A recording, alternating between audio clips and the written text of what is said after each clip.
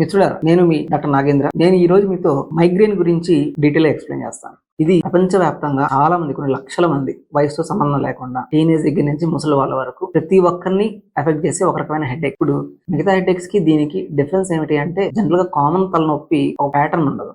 Common ఎప్పుడైనా వస్తూ ఉంటుంది. మైగ్రేన్ అన్నది ఒక ప్యాటర్న్ తో కూడుకుని ఉంటుంది. ఒక సెక్షన్ ఆఫ్ సిమ్టమ్స్ ఉంటాయి. ఒక్కళ్ళు ఒక రకంగా ఉన్నా సరే ఆ సిమ్టమ్స్ ఒకే రకంగా ఉంటాయి. ప్లస్ ట్రిగ్గరింగ్ ఫ్యాక్టర్స్ కూడా ఒకే రకంగా ఉంటాయి. ఎలా ఉంటాయి లక్షణాలు అంటే, తలనొప్పి వచ్చింది, కన్ను దగ్గర కావచ్చు, ఫ్రంటల్ అంటే హెడ్ ముందు వైపు లేదా హెడ్ వెనకాల వైపు, లేదా హాఫ్ హెడ్ ఎక్, ముందులో హాఫ్ హెడ్ ఎక్ ఉంటుంది. ఇలా వచ్చి చాలా తీవ్రంగా ఉంటుంది. అంటే అన్బేరబుల్ కండిషన్ లాగా ఉంటుంది. ఎంత తీవ్రంగా అంటే వాళ్ళ రెగ్యులర్ వర్క్స్ ఏవైతే ఉంటాయో అవి కూడా ఆపుకొని పడుకుంటారు, లేదంటే ఒక చీకటి రూమ్ లోకి వెళ్ళి పడుకుంటారు. ఆ హెడ్ ఎక్ కూడా జనరల్ గా కొన్ని అవర్స్ దగ్గర నుంచి కొన్ని రోజుల పాటు, అంటే 1 or 2 days వరకు ఉంటుంది జనరల్ గా ఈ హెడ్ ఎక్. అది కొన్నిసార్లు కొన్ని రకాల సివియర్ హై పెయిన్ కిల్లర్స్ ఇలా వేసుకుంటే కానీ తగ్గదు. కానీ కామన్ హెడ్ ఎక్ ఇలా ఉంటుంది. లక్షణాలు ఏ విధంగా ఉంటాయి అంటే, మైగ్రేన్ లో హెడ్ ఎక్ తో పాటు కొన్ని స్పెసిఫిక్ సిమ్టమ్స్ ఉంటాయి. మైగ్రేన్ కి ఎలా డిఫరెన్షియేట్ చేయొచ్చు అంటే, ఆ స్పెసిఫిక్ సిమ్టమ్స్ ఏమిటి అంటే, ఈ మైగ్రేన్ ఉన్న వాళ్ళకి లైట్ సౌండ్ ఇరిటేషన్ ఉంటుంది. ఎంత తీవ్రమైన ఇరిటేషన్ ఉంటుందంటే, అది ఆ చుట్టుపక్కల వాళ్ళు అరిచేస్తారు కూడా. లైట్ ఉన్నా సరే ఆ లైట్ ని చూడలేరు.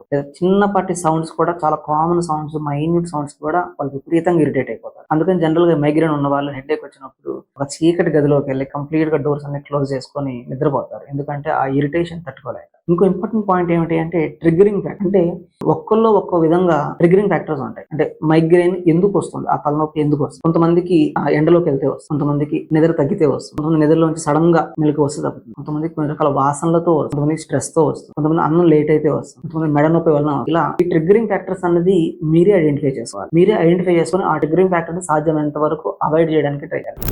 కాంప్లికేషన్స్, ఇలా మైగ్రేన్ వల్ల కాంప్లికేషన్స్ ఏమైనా, స్పెసిఫిక్ గా కాంప్లికేషన్స్ ఏమి లేకపోయినా సరే మీ ఉన్న ట్రీట్మెంట్ ఆప్షన్స్ ఏమిటి? జనరల్ గా నా సజెషన్ ఏమిటి అంటే, మైగ్రేన్ కి కన్వెన్షనల్ ట్రీట్మెంట్ బెస్ట్. అంటే మామూలుగా రెగ్యులర్ సిస్టమ్ ఆఫ్ మెడిసిన్ లో దీనికి స్పెసిఫిక్ వైద్యం అంటూ ఏమీ లేదు.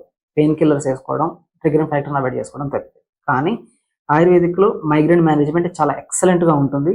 ఎంత ఎక్సలెంట్ గా ఉంటుందంటే, పేషెంట్స్ ఇన్స్టెంట్ రిలీఫ్ ఉంటుంది, ప్లస్ 1 day నుంచి రిలీఫ్ అనేది స్టార్ట్ అవుతుంది. ఆయుర్వేదిక్ లో కొన్ని రకాల థెరపీస్ ఉంటాయి, కొన్ని రకాల మెడికేషన్స్ కూడా ఉంటాయి.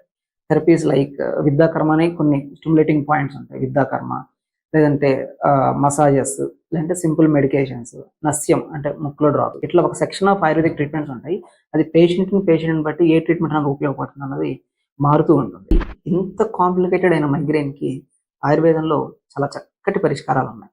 అలా అని చెప్పి మళ్ళీ లైఫ్ లాంగ్ మెడిసిన్ లేదంటే ట్రీట్మెంట్ తీసుకోవాల్సిన అవసరం లేదు. లైఫ్ లాంగ్ మెడిసిన్ వాడాల్సిన అవసరం కూడా లేదు.